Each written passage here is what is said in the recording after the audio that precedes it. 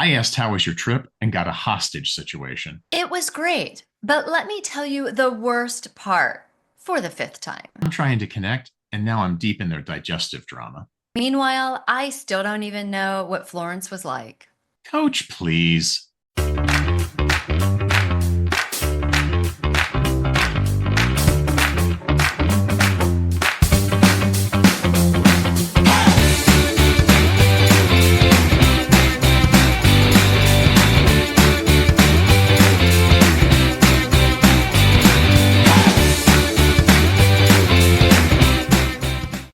Hey everybody, welcome back to another episode of Coach Please, where we help you coaches get out of your own way.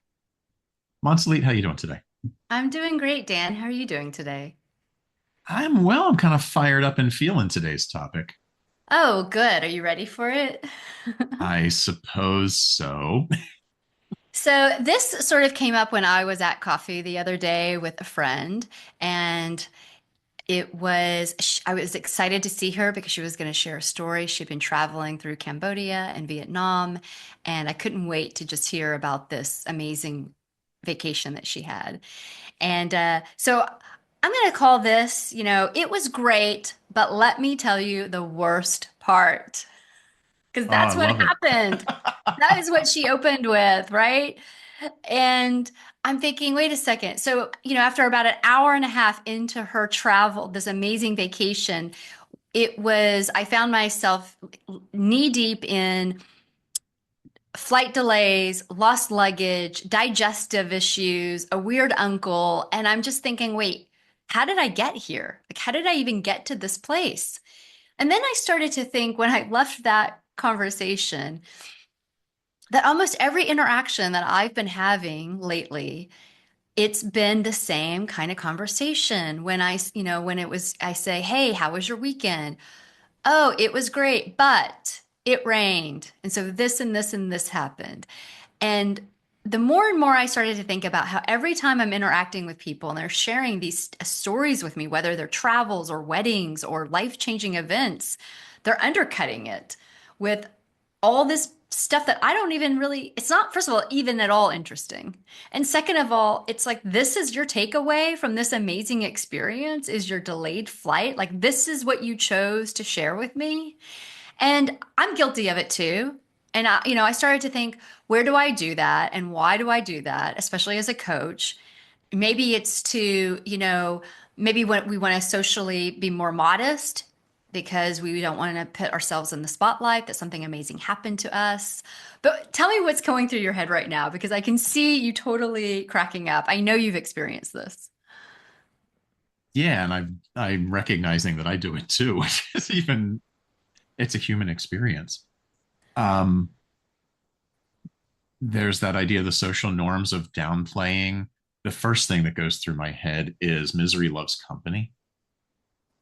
And do we, in sharing stories of something that's so wonderful, is there something underneath all of that that's a belief about self that I can't tell somebody how wonderful it was because that's going to put me above them and they're going to think I'm doing a big time on them. So to kind of meet them, we got to bring it down and say, but yeah, there was all this other crap too to kind of ground it. Um, It could also be the drama. I think sometimes oh people yeah. think that, hey, in order to connect with somebody, I have to connect with my drama or with the negativity piece. Everybody knows the pain of losing luggage or being on a delayed flight. So, in order for them to connect with my story, I have to share something that they've actually experienced. But I got to tell you, I have to say, great storytelling is about sharing the highlights, sharing what went amazing. Mm-hmm. And so it's funny. Now here we are talking about connecting on the negativity or connecting on the high point. And the example was everybody can connect to lost luggage delayed flights versus those people have been on a trip too.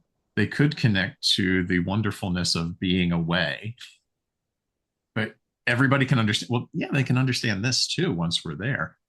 So why do we why do we have this thing of connecting in the negative and the lower vibration?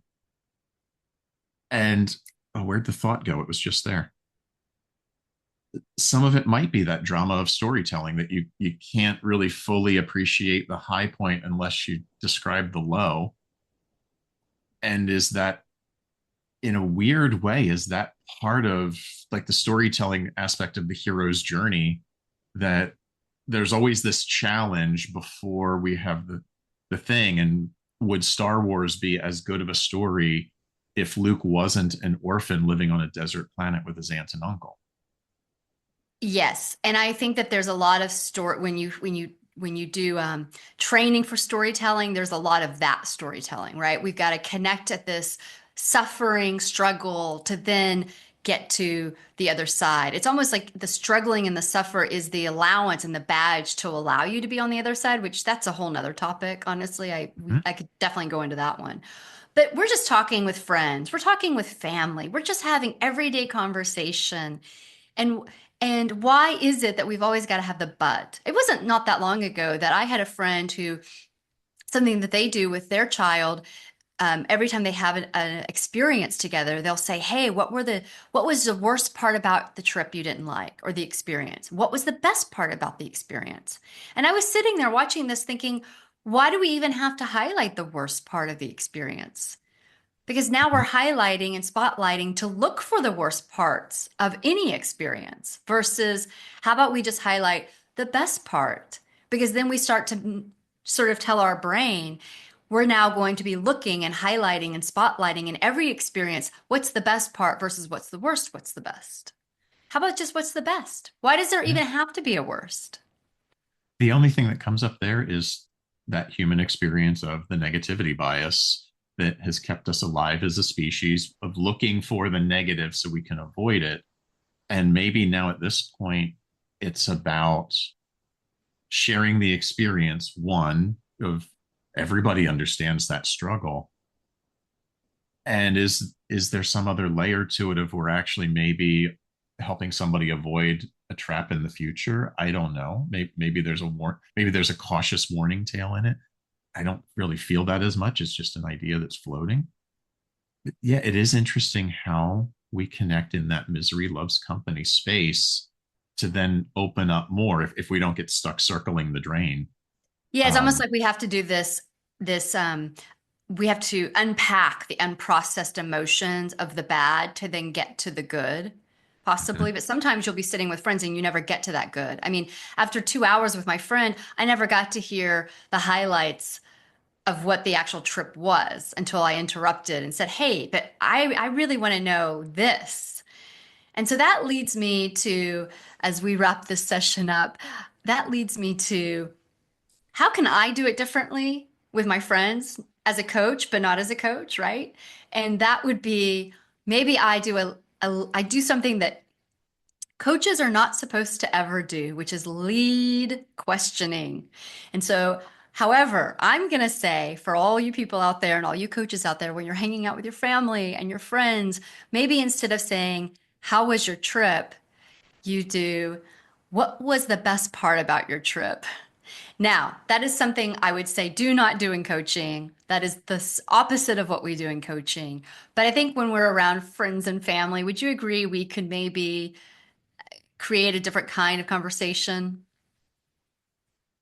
yeah, it's like, what do you really want me to know about your trip? It's Yeah. probably not about the digestive challenges of being in a different country with different cuisine. The only time I want to hear about that part of your trip is if it's from an ayahuasca journey, quite honestly. Okay, so we are in agreement that nobody really wants to hear the parts of your story that are not entertaining. There's nothing entertaining about a delayed flight. Can I relate to that? Sure, but I don't really want to relive it. I don't want to relive any digestive issues. And I think it's okay, even as a coach, we can ask questions that are a little bit more leading to where we want to go because we're not in a coach session. We're just in everyday life. And what would be something that you really want to leave our coaches and our audience with today on this note?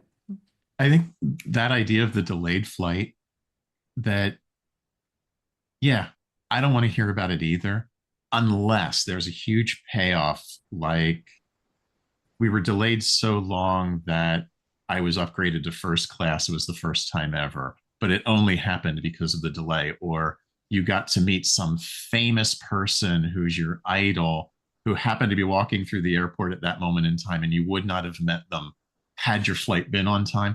Like it's an integral part of what happens next versus it's the broad brushstroke of negativity before I get to the thing.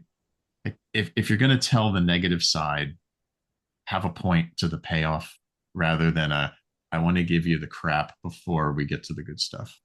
Yeah, I love that. Because it's like I don't want to hear all the crap and sit through it. So like if I'm gonna hear the crap, I better get a payoff as a listener. Not as a Mm-hmm. coach, but as a listener, as a person. Yeah. Yeah.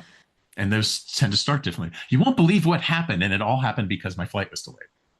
Yeah. Now there's a platform, not oh, yeah, it was a trip, but it started off with this. I love it.